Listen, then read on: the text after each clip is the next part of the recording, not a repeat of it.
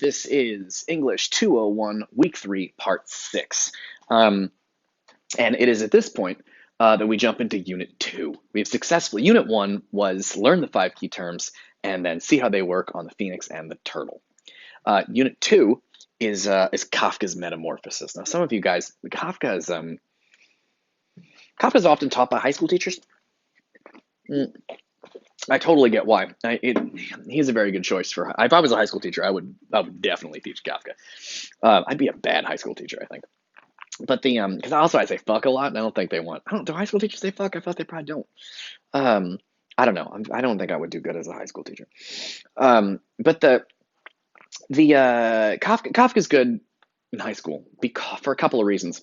Very famous, relatively short. You might think it's long, but I mean it's a very short novel or a very long or a longish short. It's a long short story or a short novel, but it's a good length for high school students to read.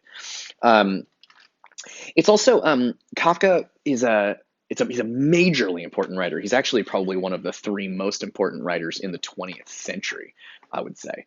Um, he's probably one of the most important writers in the 20th century, I would say. But Kafka, unlike Shakespeare, who's also extremely important, maybe the most important. But unlike Shakespeare, Kafka uses simple words. The vocabulary in Kafka is simple. One of the big stumbling blocks for students reading literature is their vocabulary is not big enough. Um, and you got to look a lot of words up, and you got to learn where they come from, and you got to, it takes time to build a vocabulary. And so for readers people who don't read a lot, Kafka's like the most important writer who is also very simple. Now his words are simple. His ideas are not simple. His metaphors are not simple, but the actual words on the page are pretty easy to follow. Um, yeah. Kafka also, I will warn you up front. The Kafka, which is Unit 2, and then Unit 3 is Othello, are both massively depressing. Now you will see me being in a real good mood while I'm teaching them because I fucking love Kafka and I love Othello, but they are real sad. They're sad. My students are often confused why I'm in such a good mood when such terrible things are happening in the stories. But one of the reasons why my students find Kafka and Othello to be so depressing is, again, that idea of escaping life into literature. And so, like you would with John Wick, you're just going to escape into John Wick and just enjoy all those fight scenes and pretend you're a badass like John Wick. I get it. I do that too. I do it with Tom Cruise and all the Mission Impossible movies. But um, with Kafka, it is very depressing for the people in the story. I would not want to be in Othello. I would not want to be a character in Kafka because bad things happen to those people. And so, if you are looking to escape into the story, like you would escape into a blockbuster summer movie and imagine how cool it would be to live in that world and hang out with these people and be a superhero or whatever, then it's real depressing. But as a person who is reading the book or watching the play or watching the movie of Shakespeare and Kafka, it's not really a movie of Kafka, but the point is that if I'm a person reading it, it puts me in a good mood. Why? Because it's so well written. What do I mean by well written? I mean, Shakespeare and Kafka do amazing things with metaphor, with irony, and with theme. And Shakespeare does a lot with sound. And I'm in a good mood because they're so well written. They make me happy. Again, this is that thing I go over and over again with all my students in all my classes, is my students always want to talk about what's going on between this character and this character. Why are they acting like that? What's going on? What would you do if you were one of them? And I'm interested in talking about what's going on between the thing that I'm reading and me, between the person that made it and me, the person that's reading it. So Kafka, the main character's name is Gregor, and he doesn't get along very well with his family. And so students will be like, this is very depressing because look at the relationship between Gregor and his family.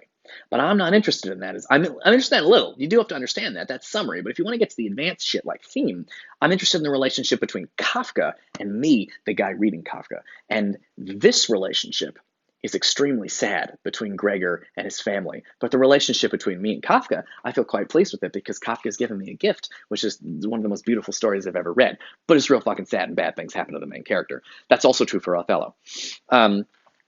Again, I mentioned this earlier, but it's not a bad idea to find out.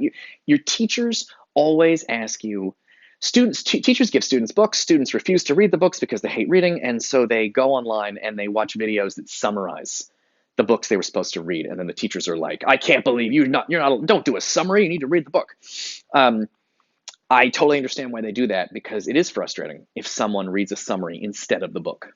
If you told your friend that John Wick was your favorite movie, and they went online and read a summary of John Wick, and then you were like, did you see that movie I recommended? And they were like, yeah, I read the Wikipedia summary. Like, you can't understand John Wick from a Wikipedia summary, because it's not about the story or what happens. It's about all that kicking and punching. It looks fucking cool. You have to be there to watch the kicking and the punching. You're not going to get it from a summary. Avengers Endgame, you're not going to understand from a summary. You got to see the thing, a big battle scene at the end, and all the heroes together for that emotional moment when Captain America finally says, Avengers assemble. You got to be there for that. I mean, I'm more of an X-Men guy, but that's my point. But you got to be there for that shit. You can't just read a summary. So I understand why teachers do that. But I'll tell you right now, I think summaries are good. I think you should read a summary in addition to reading the actual thing. I think reading a summary, reading can be difficult. And I think if you read a summary before you read the book, it'll really help you understand the book. It makes it easier to read the book when you know it's going to happen ahead of time. It's just easier.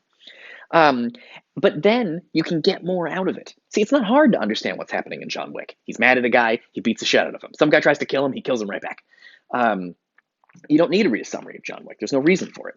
But with these things are complicated. If you care about metaphor, irony, and theme, which the whole point of this class is to, talk about those things and try to get you to care about it. If you care about metaphor and irony and theme, then it's often helpful to read a summary, and then, because here's the thing, if you've never read Kafka before, or you've never read Shakespeare, and you're reading it for the first time, you're going to be trying to figure out what the fuck is going on. So you're going to spend your whole time on summary.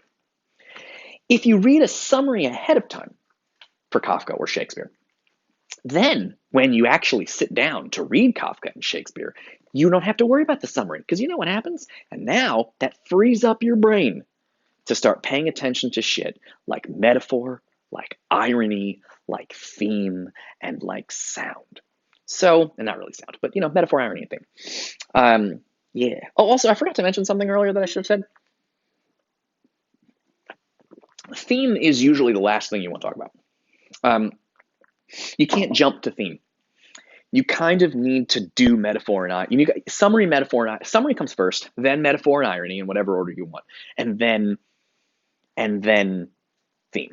Because theme is like the big ideas, but you're not going to be able to understand what the ideas are until you get the metaphors and the ironies. Otherwise, you won't get them. So if you don't understand that the phoenix and a turtle are a metaphor for love everywhere, then you're going to have a really hard time explaining that the theme of the poem is love never dies, right? So you have to yeah. Okay, yeah, so you have to, I lost my train of thought. Well, what the fuck was I saying? Ugh. You think I would re-record these, but no, I'm not gonna. I'm just going to keep talking. What the fuck was I saying? I can hear you're all screaming at me now what I was saying to remind me, but I can't hear any of you because that's in the future. You have to do summary first, then metaphor, irony, then theme. I also think sound is, I don't know, you can do sound on a poem whenever the fuck you want because it doesn't have anything to do with what the words mean. Okay, cool. Actually, it does. Sound does have to do with what the words mean because it's about, does the sound match up with what's being discussed? Right? Is it more of a washed sheets situation or is it more of a cellar door situation? Okay, so I think I've introduced Kafka. So I guess my point is totally feel free to go read a summary of Kafka's Metamorphosis and then read the actual story. I'm hoping that you will discover that the story is much better than the summary, which it is. Okay, I think that's the end of this video, and I'll see you guys in the next video.